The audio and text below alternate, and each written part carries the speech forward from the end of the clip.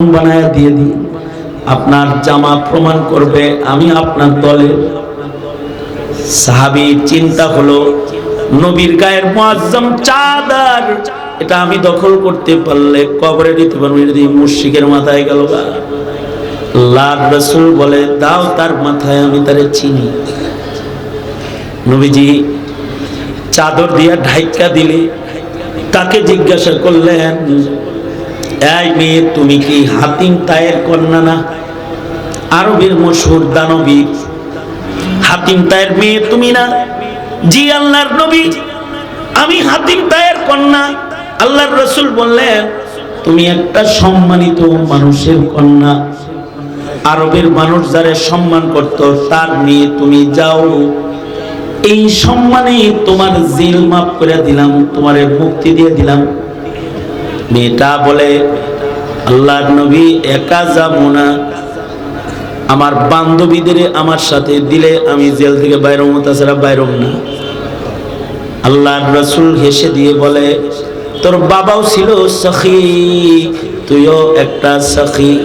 তোর বাপ নিজে না খায়া পরে খাওয়াইছে, আর তুই নিজের জেলের চিন্তা না করে বান্ধবীর জেলের চিন্তা করতেছ। তোমার ভেতরেও তো বাবার সাখাওয়াত আছে। ঠিক আছে যাও, তোমাকে মুক্ত করলাম তোমার বাবার সম্মানে, আর তোমার বান্ধবীদেরকে মুক্ত করে দিলাম তোমার সম্মানে। তুমিও সখী, এর লেগে তোমার বান্ধবীকেও ছেড়ে দিলাম। তার মানে এখানে একটা সুন্নাত শিখার আছে, করিম ইবনে করিম। নেককার মানুষের আওলাদ ফরজন্দদেরকে ইজ্জত করতে হয়, এ কারণে আওলাদে রাসূলদেরকে ইজ্জত করতে হয়। এ কারণেই সব মৌলবীর দাম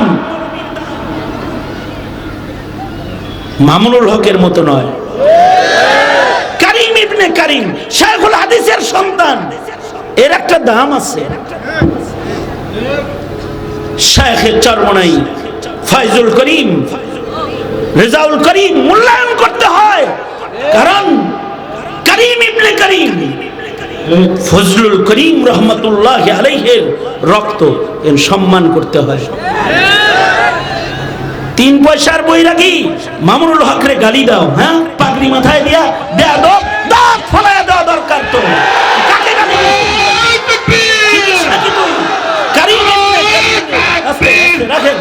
করিম ইবনে করিমের ইজ্জত করতে হয়। চিল্লা লাগায় ছাল লাগায় এটাতে ওই মাল হয়ে গেছে মাথায় তোমার। এবার মোল্লা গালি দাও, নেককারদেরকে গালি দাও, আর নেককারদেরকে আঘাত করে কথা বলো। কেন আঘাত করো? সম্মানী মানুষের সম্মান করা এটা একটি আমল। কোথায় সাত সাহেব উল্টো পাল্টা কথা কয়, এর কত ব্যাখ্যা আলেমরা দিতেছে, এর ভালো লাগে না তোমার? তুমি সাত সাহেবের ব্যাপারে যত বলো, তুমি কাদিয়ানির বিরুদ্ধেও তত বলো না, আলেমের বিরুদ্ধে যত বলো, নবীর ইজ্জতের কথা অত বলো না, সাত সাহেবের ইজ্জতের কথা যত বলো। যার নবীর ইজ্জত বুঝে আসে না সে আলেমের ইজ্জত কিভাবে বুঝবে? আর যে আলেমের ইজ্জত বুঝে না সে শরীয়তই বা কিভাবে বুঝবে? জায়েজ আর না জায়েজই সে কি বুঝবে? সে তো হাওয়াও করবেই। ভালো হয়ে যাও। আল্লাহর রাসূল সাল্লাল্লাহু আলাইহি ওয়াসাল্লাম এই হাতিম তায়ের মেয়েরও সম্মান করলেন, নিজের মুআজ্জম চাদর দিয়ে দিলেন। কিন্তু আল্লাহর রাসূলের চাদরের স্পর্শে তার পরিবর্তন কি হইল?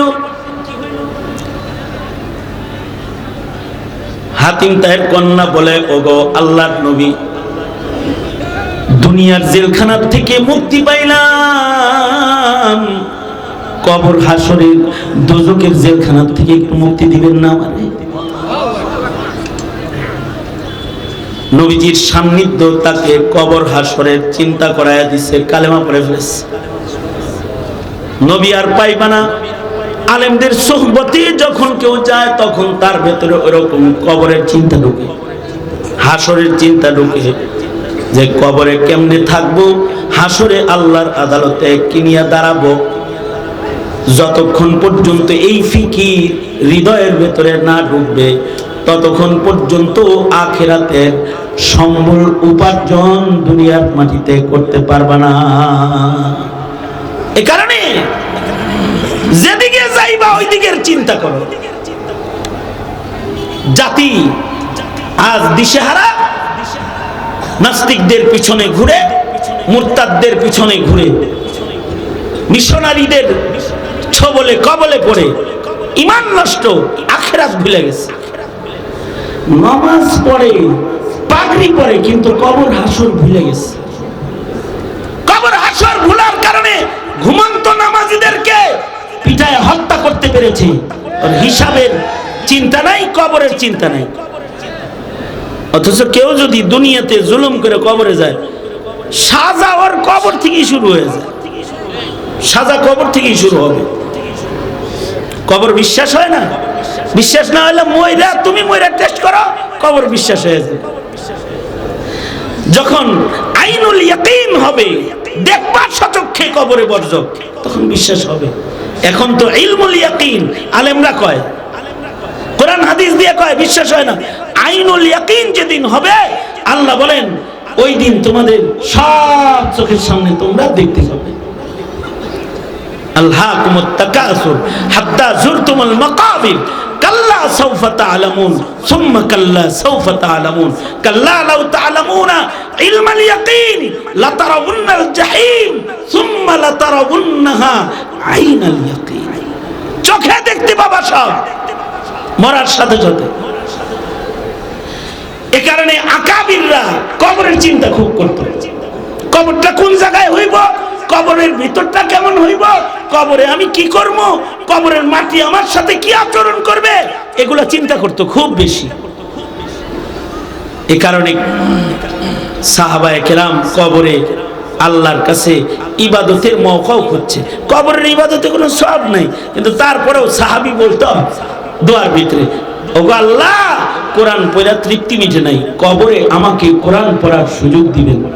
রেওয়ায়াতে আছে সাহাবী মারা যাওয়ার পরে কবরের ভিতর থেকে কোরআনের আওয়াজ বাইরে আইতো, সে কবরে কোরআন পড়ে।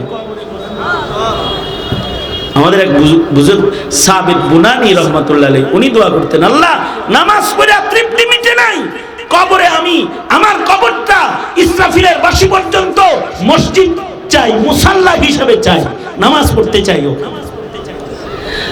তো হিলিয়াতুল আউলিয়াতে আছে, বৃষ্টির পানিতে ওনার কবর ভেঙে গেছে, ছিদ্রি হয়েছে, দেখে সাবিত বুনানি উনি দাঁড়ায় দাঁড়ায় নামাজ পড়তেছে। মালিক ইবনে দিনার রহমাতুল্লাহ আলাইহি হাম আসর হাম ওমর বুজুর্গ ছিলেন, কবরে নামাজ পড়তেছে। আর কেউ যদি আকাম করে, আকাম করলে আকাম করার শাস্তি কবরের ভিতর থেকে স্টার্ট হয়ে যায়। জালালউদ্দিন সুয়ুতী রহমাতুল্লাহ আলাইহি কবরের হালতের ঈমান ঠিক করার জন্য আলাদা কিতাব লিখছেন। তাফসীরে জালালাইন তো লিখছেনই, আলাদা কিতাব লিখছেন, শারহুস সুদূর ফি আহওয়ালিল মাউতা ওয়াল কুবুর, জালালউদ্দিন সুয়ুতীর লেখা কিতাব। সেখানে জালালউদ্দিন সুয়ুতী লেখেন, বাগদাদ থেকে একটা কাফেলা মক্কায় যাইতেছে হজে, রাস্তার মাঝখানে হজের কাফেলার এক হাজী মারা গেছে। হাজিরা তার কবর খনন করছে, কিন্তু কবরের ভিতরে কোত্থেকে যেন সাপ আসে, খালি লাশ সরায় নিয়ে দ্বিতীয় জায়গায় নতুন কবর খনন করেছে। আল্লাহর কুদরত, সেখানেও কবরের নিচ থেকে সাপ আইসা কবরে শুয়ে বসছে। লাশ সরায় 3 নাম্বার জায়গায় আবার কবর খনন করেছে, সেই কবরের ভিতরেও সাপ আইসা শুয়ে বসছে। একই ঘটনা বাইহাকি রহমাতুল্লাহ আলাইহি শুআবুল ঈমানের ভিতরে আনছেন। এটা যে ইবনে আব্বাসের আমল ছিল। এটা হাজিরা আব্দুল্লাহ ইবনে আব্বাসকে যা বলে, ওগো আব্দুল্লাহ ইবনে আব্বাস রাইসুল মুফাসসিরিন, এক মাইয়িতের জন্য 3টা কবর খনন করেছি, 3 কবরের ভিতরে খালি মাটির নিচ থেকে সাপ আইসা শোয়। মাইয়িতরে দাফন করব কোন জায়গায়? আব্দুল্লাহ ইবনে আব্বাস বলে, দুনিয়ার যেখানেই তাকে দাফন করো, এটা সাপ না, এটা তার পাপ। দুনিয়াতে যা আকাম করছে এটা কবরে আইসা যায়। সুতরাং নতুন আর কোনো কবর খননের দরকার নাই। এই 3 কবরের যে কোনো এক কবরের ভেতরে লাশ নামায় দাও। হাজিরা লাশ নামায় দিতে কবরের পারে গেছে, সাপ গর্তের ভেতরে ঢুকে গেছে। এবার লাশ নামাইছে, কিছু সময় পরে সাপ আইসা লাশটাকে পেঁচায় ধরছে। আব্দুল্লাহ ইবনে আব্বাস বলে, এটা তার গুনাহ, ওই গুনাহ যে গুনাহ থেকে সে তওবা করে নাই। গুনাহ থেকে তওবা না করার কারণে গুনাহ তার কবরে গেছে। সেই কবরে যাওয়ার সাথে সাথে তার গুনাহ তাকে লেপটায় ধরছে। এই মৌলবীদের সামনে যারা আইসা বসো, তওবার নিয়ত করে বসবা। জিন্দেগীর গুনাহ কবরে নিয়ে যাও না। পয়গম্বরদের কাছে যে উম্মত তওবা করত, নবী আর আসবে না, মৌলবীরাই তোমাদেরকে তওবার জন্য আহ্বান করবে। যেখানে আলেম আসবে সেখানে মৌলবীর সামনে বসে তওবা করবা, বিনে বিনে কাঁদবা। তোমার গুনাহ যেন তোমার কবরে চলে না যায়। কারণ তোমার কবরে তোমার ছেলে মেয়েও যাবে না, তোমার মালও যাবে না, তোমার দৌলত যাবে না, তবে তোমার সওয়াব যাবে, তোমার পাপাচার তোমার কবরে চলে যাবে। এগুলো কবরে যাবে তোমার। জালালউদ্দিন সুয়ুতী রহমাতুল্লাহ আলাইহি আরেক হাজীর কথা লিখছেন যে এই হাজীও রাস্তায় মরছে, হাজিরা তারে দাফন করবে, কোদাল নাই।